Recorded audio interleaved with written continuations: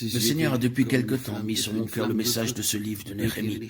Je crois le moment venu où ce message doit être présenté de nouveau à son peuple. Je pense que ce livre correspond aux besoins de l'heure actuelle d'une manière très réelle. C'est en vérité un temps où le peuple de Dieu a besoin d'être secouru pour résister à l'activité redoublée de l'ennemi, qui cherche à faire sortir les enfants de Dieu de la place que le Seigneur leur a accordée et dans lesquelles il a obtenu tout ce que son cœur désire. Il veut même les empêcher d'arriver à cette position divine. Dans ce livre, il avait dans sa main qui représente une activité du temps de la fin. De sa bouche sortait une épée. Nous voyons le premier principe. Il relate la dernière partie de l'histoire écrite que nous ayons avant d'arriver au Nouveau Testament. Déjà vu quelque chose. Je ne sais pas si vous avez été suffisamment impressionné par cela. Il est frappant de constater que la suite de l'histoire nous soit rapportée dans les évangiles, et tout particulièrement dans l'évangile selon Luc. Ce que nous trouvons dans cet évangile concernant l'ancienne dispensation correspond à une activité du temps de la fin.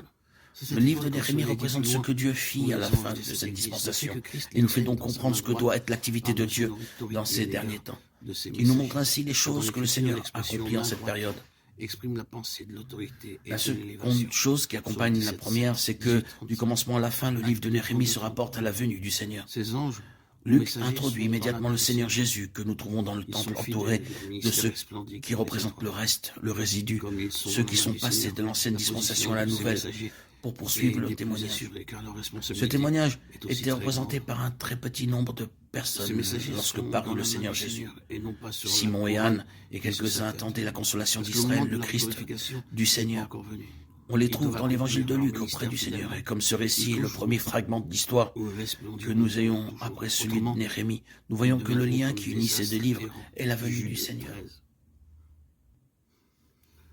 En rapprochant ces deux choses, nous avons un fondement bien établi quant à la valeur permanente de ce livre de Néhémie. C'est une activité en un temps de la fin qui est liée à la venue du Seigneur. Considérons ce livre de Néhémie pour y relever en quelques observations ce que nous pouvons appeler sa typologie, c'est-à-dire ses éléments et ses caractères typiques. Il nous faut en réalité joindre à celui-ci un autre livre, celui d'Esdras, car les deux ne font qu'un. Esdras et Néhémie dans les écritures hébraïques n'étaient pas séparés, mais l'un était considéré comme le complément de l'autre. Dans le livre d'Esdras, nous le savons, c'est la maison de Dieu qui est en vue, alors que dans celui de Néhémie, nous avons l'enceinte, la muraille de Jérusalem. Ces deux choses nous parlent du témoignage du Seigneur ici-bas sur la terre.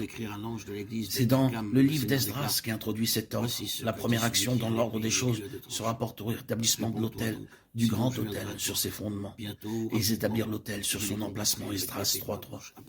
Ce n'est qu'après le rétablissement de l'autel, à sa place, que la maison de Dieu fut édifiée. Plus tard, la muraille fut reconstruite après que la maison de Dieu eut été achevée. Ce sont là les trois phases de l'ordre divin. Nous avons premièrement l'autel, qui est fondamental pour toute l'activité divine. Il est le symbole de la croix.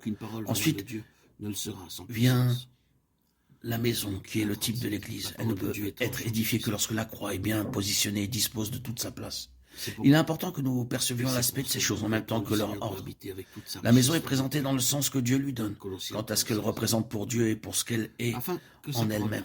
Nous avons ensuite la muraille, qui est le témoignage du point de vue de l'homme à l'égard du monde.